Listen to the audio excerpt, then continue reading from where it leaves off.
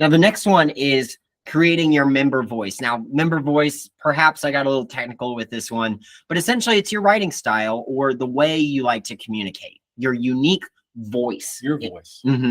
And the power in both knowing and identifying your voice is you can create messages that are uniform across all platforms, but they come off very honest, very organic.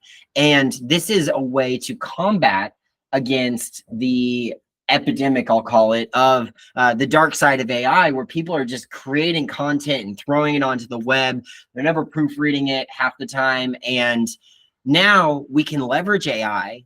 We can write these messages very quickly, but they're going to be custom. They're going to sound like us. Sounding like you is the important part, because if I get a piece of content and I'm reading through it or looking at it in some way, and then I come and I meet you and I talk to you, and it's like there's a divide there, you know, if you don't have that voice set up. So I can recognize that, hey, this person I like to read about, I also would want to work with.